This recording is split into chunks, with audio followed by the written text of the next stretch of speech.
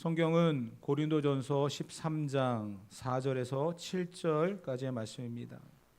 고린도전서 13장 4절로 7절 다 같이 한 목소리 읽겠습니다.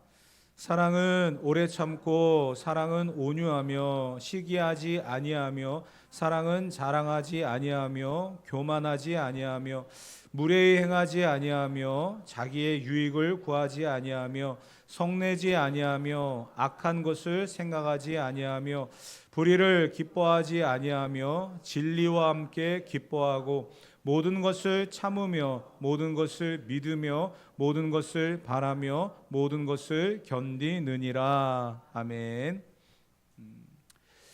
계속해서 우리가 고린도전서 13장 4절부터 7절까지의 사랑에 우리가 하지 말아야 될 것들과 또 우리가 좀 신경을 써야 될 것들을 몇 가지를 계속 살펴보고 있습니다. 첫째 시간이 온유였죠. 오래 참고 또 그 다음에 온유한 거, 또 그리고 지난 시간에는 시기하지 않는다라는 말씀까지 우리가 나눴는데요. 이러한 사랑을 할 수 있는 것, 세상 사람들의 기준과 가치로서는 도저히 이해할 수 없는 그런 사랑, 결국 이 사랑을 성경은 아가페의 사랑, 헌신의 사랑, 희생의 사랑이라고 말하고 있습니다. 그러지 않고서는 오래 참을 수도 없고요, 또 온유한 마음으로 상대를 대할 수도 없고, 또 지난 시간에 말씀드렸던 것처럼 시기하지 않는, 시기라는 것이 무엇이었습니까? 상대방에게 있는 그것 때문에 또 내가 없는 것 때문에 그 사람을 불편하게 하는 거예요. 그러다 보니까 결국 다툼이 일어나고 싸움이 일어나는 그러한 결과를 만들게 되어지죠. 성경은 그것을 악이며 독이다라고까지도 이야기했습니다. 그래서 시기하지 말라라고 성경은 말했죠.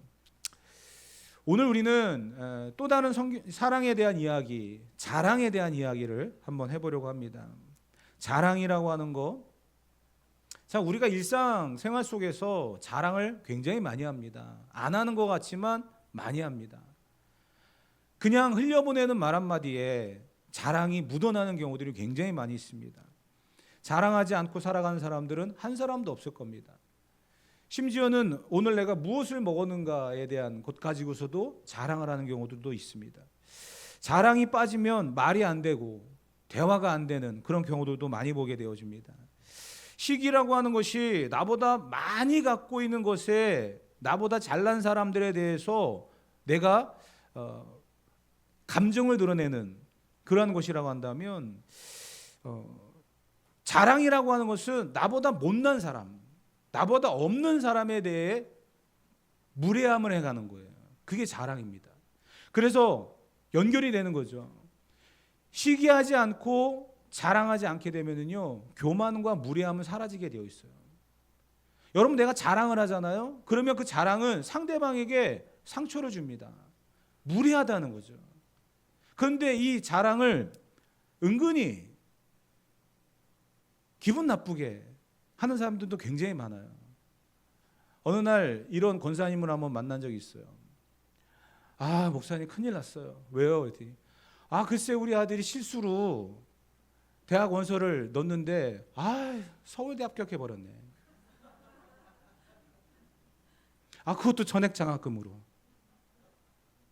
여러분들은 어떠세요? 기분이 좋으세요?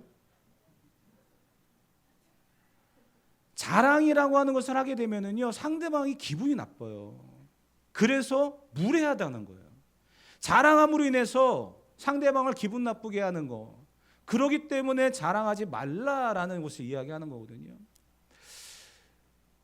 얼마나 많은 사람들이 자랑을 하는지 이런 이야기도 있더라고요. 아이들끼리 서로 자랑을 하는 거예요. 우리 아빠가 좋은 회사 다니고 돈을 많이 벌고 차도 정말 좋은 거, 비싼 거 타고 다닌다 막 하면서 막 자랑을 했어요. 우리 집에 가면은 뭐가 있고 뭐 너희 집엔 없지 하면서 상대방의 아이를 좀 놀리는 듯한 그런 말로 자랑을 하고 있었습니다. 근데 그 상대방의 아이가 누구였냐면 목사님 아들이었거든요. 사실 목사님 아들들이 뭐 자랑할 게 뭐가 있겠습니까? 근데 그 순간에 이 아이가 이 상대방 친구에게 너는 그런 게 있니? 우리는 그런 건 없지만 그래도 너희보다 난 게 하나 있는 것 같아. 우리 아빠도 부자야. 우리 아빠가 예배 시간에 자, 다 같이 헌금하겠습니다. 그러면 몇 사람이 일어나는지 알아? 그 사람들이 다 바구니를 돌리면서 사람들의 돈을 다 걷어와. 우리 아빠가 최고야, 부자야. 이런 이야기를 했대요.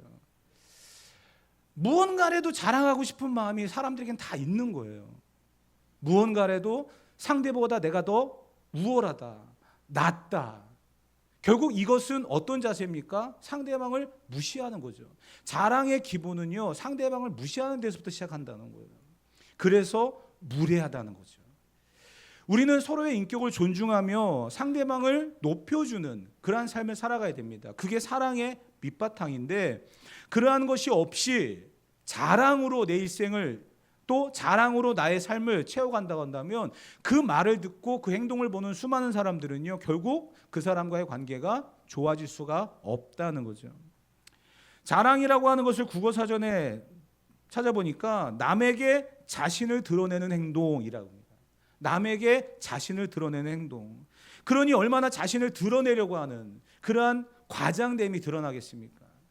저도 굉장히 자랑할 게 많은 사람입니다. 그런데 설교 시간에 개인적인 간증이나 이야기를 잘 안 하려고 해요. 왜 그런지 아세요? 이게 말을 많이 하다 보면은요, 지난번에는 분명히 이만큼이었어요. 근데 그 이야기를 또 하려고 하니까 재미가 없는 거예요. 그래서 세상 말로 거기에 MSG, 조미료를 쳐야 돼요. 그러니까 지난번에는 이만큼이었는데 이걸 갖다가 좀 뻥튀기를 해가지고 좀 크게 만들어야 되는. 그러니까 지난번에는 10,000원 가지고 했어야 될 일을 지금은 10만 원 갖고 해야 되는 이런 일들이 생기는 거예요. 그렇기 때문에 이 전무적인 강사들 이렇게 사람들 앞에서 말을 하는 어떤 그 부흥사나 뭐 이런 분들 보면은요, 말의 실수들이 굉장히 많습니다. 예전에 어느 목사님이 곤욕을 치른 적이 있어요. 부모님이 공산당이 들어오는, 그러니까 그 북한군들이 내려오는 그 상황 속에 주일날 그 예배당 종을 댕그렁 치면서 예배 시간을 알렸다는 그런 이야기를 하는 거예요. 근데 그것까지는 이해가 되잖아요. 근데 그 다음 몇 년이 지났어요. 어떤 일이 벌어졌냐면 그 종을 댕그렁 치고 있는데 북한군이 내려 총을 쐈대요. 이렇게 되는 거예요. 자랑이라고 하는 게 처음에는 그냥 있는 그대로를 말할 수도 있어요. 그렇지만 그것이 반복되어지고 하다 보면 과장되고 포장되고 그러다 보면 전에 했던 말이 무슨 말인지도 기억이 안 날 정도의 그런 결과들을 만들 때가 있다는 거예요. 그래서 저도 개인적인 간증이나 이런 것을 굉장히 조심하고 있습니다. 잘 안 하려고 하죠. 그리고 또 가장 중요한 이유는요, 제가 말주변이 없어요. 재미나게 말을 못해요. 그래서 못하는데, 우리는 순간순간에 이 자랑거리들이 너무나 많은 그런 모습들을 봅니다. 특히 자식들에 대한 자랑을 굉장히 많이 하죠. 아닌 것 같지만 하는 경우들도 많고요. 그리고 내가 무엇을 먹었는지, 어떻게 어떤 차를 샀는지, 어떤 집에 살고 있는지 이런 이야기들을 괜히 그냥 우리가 알고 있는 그런 재미난 그런 에피소드도 있잖아요. 이 손가락에 반지가 하나 박히게 되면 계속해서 이렇게 머리를 빗는 그런 행동들을 한다든지, 뭔가 내게 달라진 것들, 상대방에게는 없기 때문에 그 사람을 무시하는 듯한 그런 행동들이 우리 안에는 자연스럽게 드러난다라는 거예요. 근데 성경은 우리에게 이러한 모든 것들에게서 한 가지를 이야기하고 있습니다. 십자가 외에는 자랑할 게 없다고. 참 무섭죠. 우리의 자랑은 십자가에는 없답니다. 그러다 보니까 재미난 일들도 생기더라고요. 예전에는 십자가가 그렇게 화려하지 않았습니다. 그런데 십자가의 목걸이에, 귀걸이에, 팔찌에, 심지어는 이제 십자가에다가 다이아몬드를 박기를 시작했고요. 점점점 십자가가 화려해지기 시작하는 거예요. 자랑할 게 십자가밖에 없다니까 그 십자가를 보여주는 거죠. 막 그거 보여주라고 하는 게 아닌데 말의 의미를 제대로 이해하지 못한 거죠. 로마서 1장 28절부터 31절까지의 말씀, 바울이 이런 이야기를 우리에게 전달하고 있습니다. 다 같이 한번 읽어보도록 합시다. 또한 그들이 마음에 하나님 두기를 싫어하며 하나님께서 그들을 그 상실한 마음대로 내버려 두사 합당하지 못한 일을 하게 하셨으니 곧 모든 불의, 추악, 탐욕, 악의가 가득한 자요 시기, 살인, 분쟁, 사기, 악독이 가득한 자요, 수근수근하는 자요, 비방하는 자요, 하나님께서 미워하시는 자요, 능욕하는 자요, 교만한 자요, 자랑하는 자요, 악을 도모하는 자요, 부모를 거역하는 자요, 우매한 자요, 배약하는 자요, 무정한 자요, 무자비한 자라. 하나님을 두기에 싫어하는 그런 마음으로, 그러한 사람들이 하는 행동이 뭐냐? 자랑이라는 거예요. 물론 많은 것들이 있지만 그 중에 우리가 오늘 뽑아야 될 것은 자랑이란 단어죠. 하나님을 그 마음에 두기를 싫어하기 때문에 자랑을 일삼는다는 거예요. 십자가 외에는 자랑할 것이 없다라고 말하고 있지만 왜 우리가 십자가 외에 다른 것을 자랑할까요? 본문이 이야기하잖아요. 로마서 1장이 뭐라고 얘기합니까? 하나님이 없기 때문이에요. 결국 우리가 드러내고 있는 자랑거리가, 말하고 있는, 행동하고 있는 이 모든 것들의 중심이 과연 무엇인가를 우리는 돌아보아야만 합니다. 하나님이 없는 성도, 하나님이 없는 목사도 있습니다. 그러면서 하나님이 십자가가 자랑이 아닌 또 다른 자랑거리를 일삼으며 살아가는 그런 경우도 봅니다. 다시 한번 우리를 돌아보면서 내 안에 십자가 외에는 정말 자랑할 것이 없는지, 내 안에 하나님이 충만한지를 돌아볼 수 있는 저와 여러분이 되어야 할 것입니다. 고린도전서 5장 6절 말씀 다 같이 한번 읽어봅시다. 너희가 자랑하는 것이 옳지 아니하도다. 적은 누룩이 온 덩어리에 퍼지는 것을 알지 못하느냐. 자랑하는 것이 옳지 않대요. 성경은 이것을 지적합니다. 야고보서 4장 16절 다 같이 읽어봅시다. 이제도 너희가 허탄한 자랑을 하니 그러한 자랑은 다 악한 것이라. 자랑이 악하답니다. 요한 1서 2장 16절 다 같이 읽어봅시다. 이는 세상에 있는 모든 것이 육신의 정욕과 안목의 정욕과 이생의 자랑이니 다 아버지께로부터 온 것이 아니요 세상으로부터 온 것이라. 아멘. 자랑에 대한 이 단어를 검색해 봤더니 성경 안에는 참 많은 그런 이야기들이 있었습니다. 그 중에 몇 가지를 뽑아 본 거예요. 자랑하면 하나님을 사랑할 수 없고 이웃을 사랑할 수 없습니다. 자랑하는 순간 상대방을 무시하기 때문이에요. 사랑은 자랑하지 아니하며, 하나님의 사랑은 다른 사람의 모습을 보고 시기하지 않습니다. 하나님의 사랑으로 가득한 사람은요, 하나님을 자랑하지 내가 갖고 있는 것을 상대방을 무시하는 듯한 행동과 언행으로서 자랑하지 않습니다. 그런데 왜 우리가 하나님 사랑, 십자가의 은혜, 이러한 것들이 자랑거리가 되어야 되는데 왜 이것을 자랑하지 못할까요? 그것은 내 위치를 잃어버렸기 때문이에요. 내가 받은 은혜와 내가 구원을 받음으로 인하여서 하나님의 사랑과 또 하나님의 나라를 꿈꿀 수 있는 그 나라 백성이 되었다는 사실을 잃어버리고 살아갑니다. 그렇기 때문에 순간적인 내 눈에 보여지는 이러한 것들이 자랑거리가 되는 거예요. 우리는 구원을 받은 존재들입니다. 하나님의 나라를 꿈꾸는 하나님 나라 백성들입니다. 그런데 우리의 자랑이 그것이 되지 않고 다른 것이 된다는 것, 그것은 정말 심각한 병임을 우리는 분명히 알아야 될 것입니다. 에베소서 2장 8절로 9절 다 같이 읽어봅시다. 너희는 그 은혜에 의하여 믿음으로 말미암아 구원을 받았으니 이것은 너희에게서 난 것이 아니요 하나님의 선물이라. 행위에서 난 것이 아니니 이는 누구든지 자랑하지 못하게 함이라. 아멘. 저는 이 말씀이 너무나 좋습니다. 왜냐하면 내가 어떠한 행위를 했어요, 내가 어떠한 일을 했어요, 그 결과로 얻은 것이 구원이 아니라는 거예요. 그 구원이 만약에 내가 어떠한 노력을 해서 얻은 것이라고 한다면 우리의 자랑이 될 겁니다. 내가 말이지 이 자랑을 얻기 위해서 얼마나 많은 시간을 투자했는지 알아? 내가 이 구원을 내 것으로 만들기 위해서 내가 얼마나 많은 물질을 투자했는지 알아?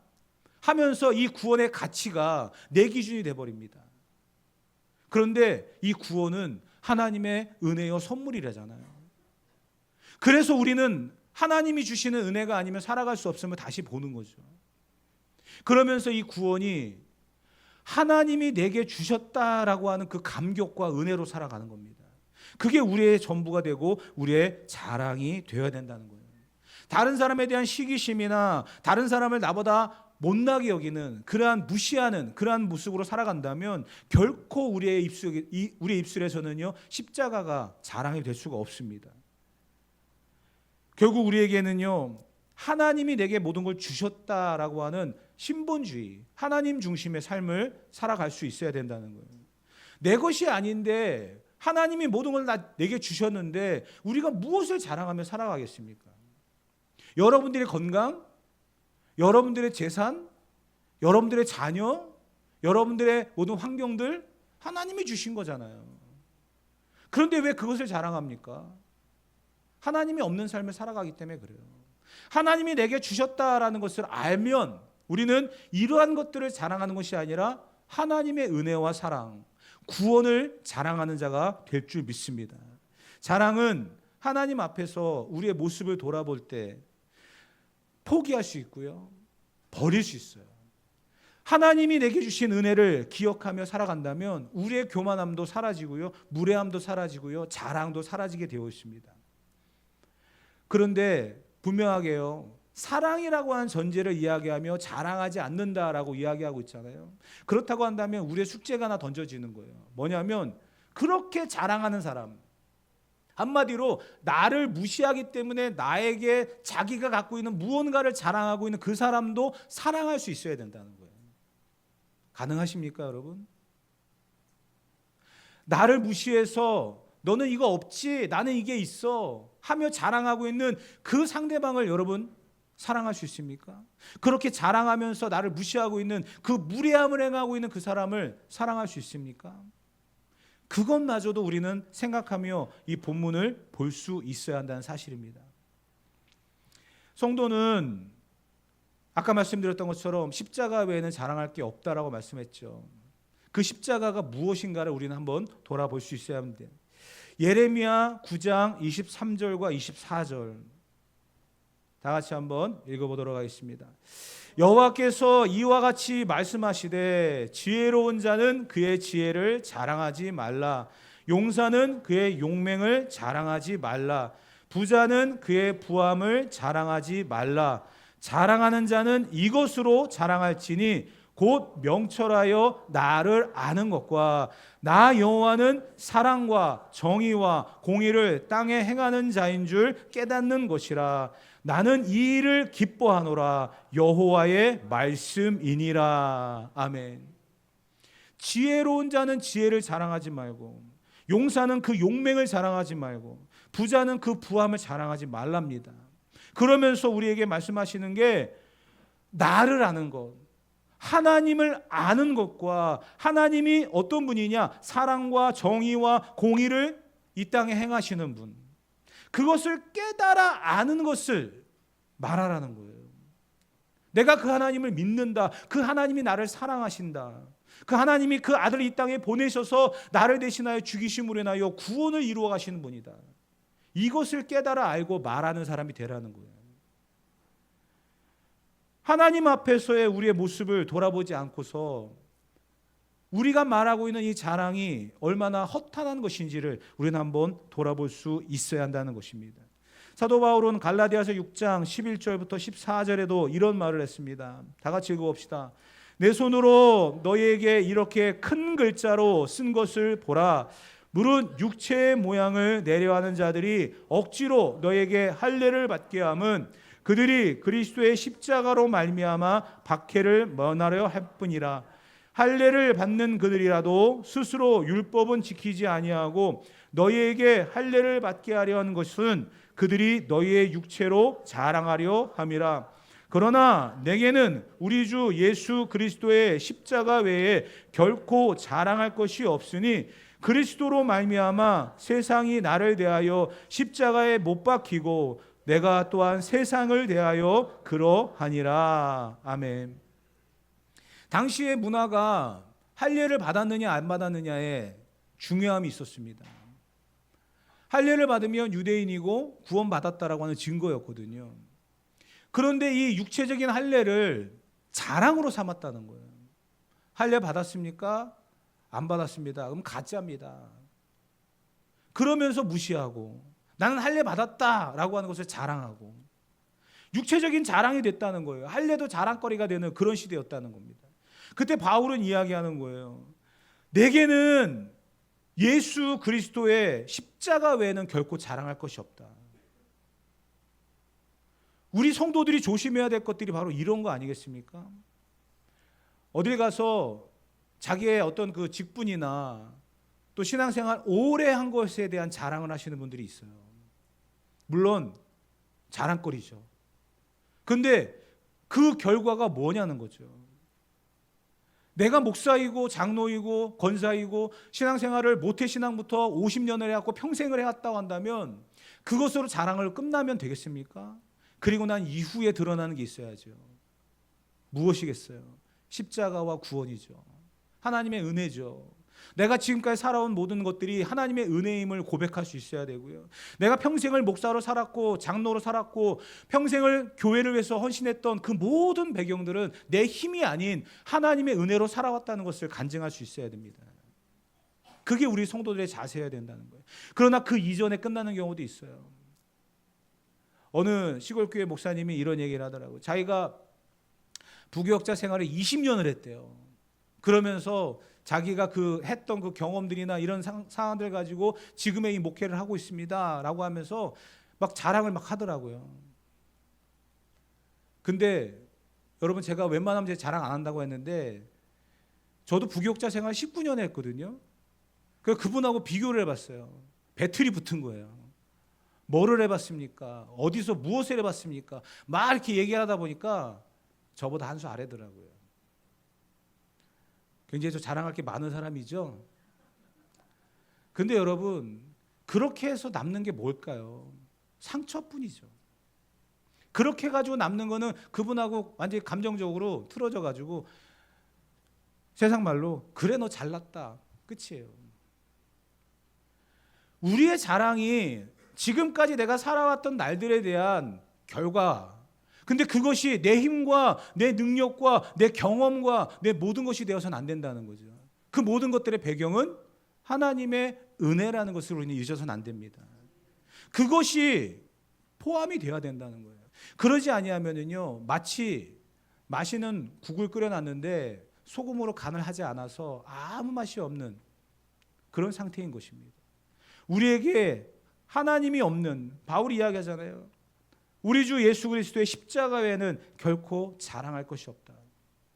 바울이 자랑할 것이 없는 사람이었습니까? 아니잖아요. 바울은 자랑할 것이 어마어마하게 많은 사람이었어요. 그런데 이 바울이 이런 이야기를 해요. 고린도후서 11장 전체를 다 읽어야 되는데 중간중간 잘라서 읽어볼 텐데요.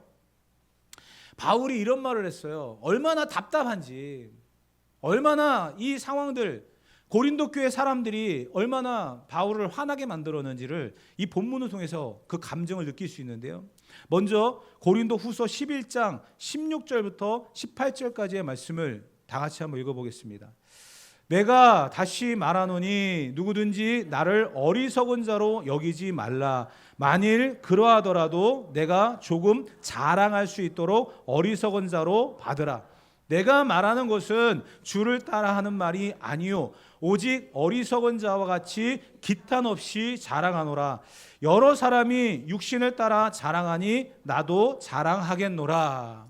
이제 한번 해보겠다는 거예요. 고린도 교회 성도들이 자랑을 너무나 많이 하고 그 자랑 때문에 싸움이 일어나고 사랑이 없는 교회잖아요. 그 교회의 모습을 보면서 진짜 바울이 작심을 한 거예요. 마음을 먹은 거예요. 너희들의 자랑, 그 자랑보다 내가 더한 자랑을 한번 해볼게. 한번 들어봐. 하면서 이제 그 고린도 교회 성도들에게 자기의 자랑을 하기 시작하는 겁니다. 그런데 전제를 뒀죠. 뭐라고 됐으면 내가 말하는 것은 주를 따라하는 말이 아니요 오직 어리석은 자와 같이 기탄 없이 자랑한다. 이 자랑이 어리석은 거지만 너희들이 하고 있는 이 자랑, 그 자랑보다 내가 얼마나 더 월등한지, 내 삶의 모습이 어떠했는지 한번 들어봐라 하면서 이제 쏟아내기 시작하는 겁니다. 고린도후서 11장 22절부터 28절까지 좀 길지만 여러분이 다 아는 내용이라서 설명 없이 한번 쫙 읽어보도록 하겠습니다. 바울의 자랑이에요. 읽어봅시다. 그들이 히브리인이냐 나도 그러하며, 그들이 이스라엘인이냐 나도 그러하며, 그들이 아브라함의 후손이냐 나도 그러하며, 그들이 그리스도의 일꾼이냐 정신없는 말을 하거니와 나는 더욱 그러하도다. 내가 수고를 넘치도록 하고 옥에 갇히기도 더 많이 하고 매도 수없이 맞고 여러 번 죽을 뻔하였으니 유대인들에게 40에 하나 감한매를 5번 맞았으며 3번 태장으로 맞고 1번 돌로 맞고 3번 파선하고 일주야를 깊은 바다에서 지냈으며 여러 번 여행하면서 강의 위험과 강도의 위험과 동족의 위험과 이방인의 위험과 시내의 위험과 광야의 위험과 바다의 위험과 거짓 형제 중에 위험을 당하고 또 수고하며 애쓰고 여러 번 자지 못하고 줄이며 목마르고 여러 번 굶고 춥고 헐벗었노라. 이 외의 일은 고사하고 아직도 날마다 내 속에 눌리는 일이 있으니 곧 모든 교회를 위하여 염려하는 것이라. 아멘. 바울의 일생이 어떠했는지를 느껴보실 수 있습니까? 방언을 이야기하고 은사를 이야기하고 자기가 받은 그 모든 것들을 자랑하며 살아가는 고린도 교회 성도들을 향하여 바울이 작심하고 쏟아내는 거예요. 내가 너희들처럼 어리석은 자와 같이 내 삶을 자랑해 보겠다 하면서 쏟아낸 거예요. 아마 이 이야기를 듣는 고린도 교회 성도들이 기가 죽어서 고개가 숙여지지 않았을까? 저는 그렇게 생각해 봅니다. 아니, 오히려 반대인 사람들도 있었겠죠. 그러면서 바울이 고린도후서 11장 28절에 마무리를 이렇게 지었잖아요. 이 외의 일들은 고사하고, 그러니까 앞에 있었던 그 수많은 일들은 너희가 들어서 보면 정말 험난한 인생을 살았구나 라고 말할 수 있겠지. 근데 그 모든 것들을 다 고사하고 내 속에는 이러한 것들을 자랑하는 것보다 교회를 염려하는 마음으로 가득하다. 하나님의 은혜와 사랑으로 가득한 바울의 모습 아닙니까? 그러면서 바울은 고린도후서 11장 30절에 이렇게 결론의 메시지를 내렸어요. 다 같이 한번 읽어보도록 하겠습니다. 내가 부득불 자랑할진대 내가 약한 것을 자랑하리라. 아멘. 수없이 많은 고생의 길, 수없이 많은 시간들을 핍박과 조롱과 멸시를 당했던 그 복음의 현장들 얼마든지 자랑할 수 있죠. 간증거리죠. 그러나 이 모든 것들을 자랑하기보다 바울은 자기의 약함을 자랑한대요. 왜 그럴까요? 내가 약할 때 주님이 일하시기 때문이에요. 내가 약할 때 주님이 강하기 때문이고요. 내가 약할 때 주님이 나를 붙들어 주시고 역사하시기 때문인 줄 믿습니다. 사랑하는 성도 여러분, 십자가는 가장 약한 자리입니다. 그리고 실패한 자리입니다. 그런데 그 십자가를 붙들고 살아가는 게 성도의 삶의 자리라고 한다면 우리는 그것을 붙들고 살아가야 되지 않겠습니까? 십자가는 구원이고 능력이고 지혜입니다. 모든 것입니다. 그 십자가가 부끄러워지는 순간 우리의 구원도 부끄러워질 것입니다. 바울이 강함이 아니라 약함을 자랑하며 십자가 안에 하나님의 사랑이 있고 그 십자가 밑에 하나님의 능력이 숨어 있다고 말하면서 그 십자가 외에는 결코 자랑할 것이 없다고 말하며 세상의 모든 사람들 앞에 구원의 복음을 증거했던 것처럼 오늘 우리도 우리의 삶의 모습들이 자랑거리가 우리의 연약함, 그래서 하나님이 일하시도록 우리의 자랑이 십자가, 그래서 나와 더불어 또 다른 사람들이 구원 얻을 수 있는 그러한 역사의 현장들을 만들어가야 될 줄 믿습니다. 사랑은 자랑하지 않습니다. 교만하지도 않고요, 무례하지도 않습니다. 사랑은 자랑을 바꿉니다. 우리의 교만함이 아닌, 무례함이 아닌 겸손함으로 그리스도의 십자가를 드러내는 삶, 그것이 바로 우리 성도들의 삶이 될 줄 믿습니다. 오늘 저와 여러분들이 부득불 자랑하고 싶거들랑 내가 예수 믿고 구원받은 거, 나를 구원의 길에 인도하시는 하나님의 그 놀라운 사랑과 예수님의 십자가, 그것을 자랑하며 살아갈 수 있는 저와 여러분 되어지기를 주님의 이름으로 축복합니다.